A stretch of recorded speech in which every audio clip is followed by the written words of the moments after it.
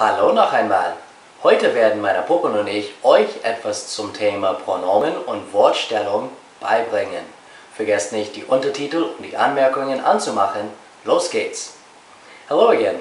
Today my puppets and I will teach you something about the pronouns and word order. Don't forget to turn on the subtitles and the annotations. Let's start.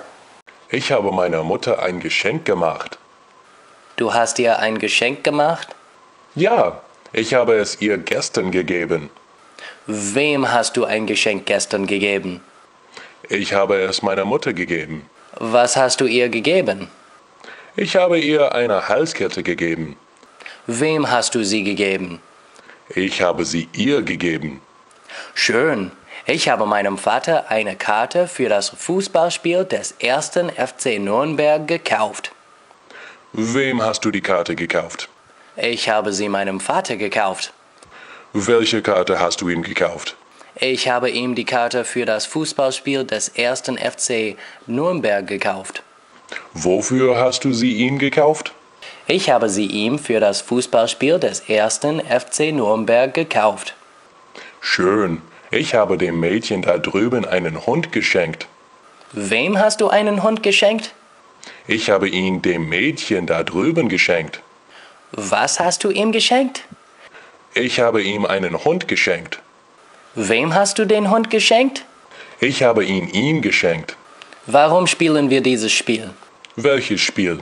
Warum stellen wir uns so viele Fragen? Wir wollen heute damit die Wortstellungsregel mit Pronomen im Akkusativ und Dativ veranschaulichen. Wenn es ein Akkusativobjekt und ein Dativobjekt in einem Satz gibt, steht das Dativobjekt vor dem Akkusativobjekt. Wenn entweder das Akkusativobjekt oder das Dativobjekt durch ein Pronomen ersetzt ist, steht dieses Pronomen vor dem anderen Objekt. Wenn beide, das Akkusativobjekt und das Dativobjekt, durch Pronomen ersetzt sind, steht das Akkusativobjekt vor dem Dativobjekt. Meinst du diese Regel? Ja, genau die. Das ist doch ganz einfach. Warum müssen wir ein Video darüber machen? Ich glaube, die Regel steht in dem Buch, das Herr Andrem in seiner Klasse benutzt. Das kann sein. Vielleicht sollen wir ein paar andere Beispiele sagen. Ja, das wäre vielleicht hilfreich. Okay, hier sind die Varianten, die man sagen kann. Der Mann gibt dem Jungen einen Lutscher. Subjekt, Verb, Dativobjekt, Akkusativobjekt.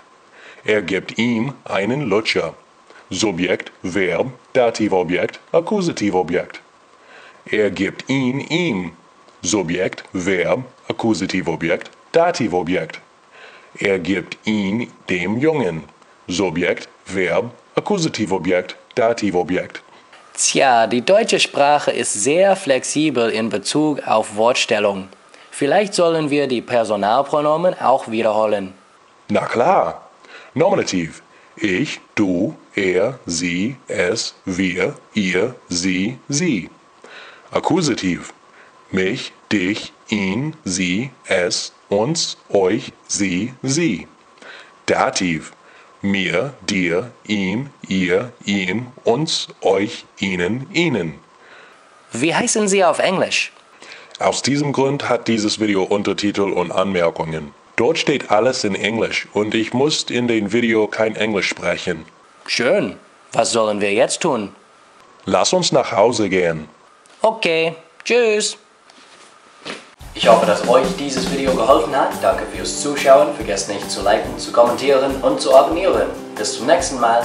Tschüss. I hope that this video helped. Thanks for watching. Don't forget to like, comment, and subscribe. Till next time. Bye.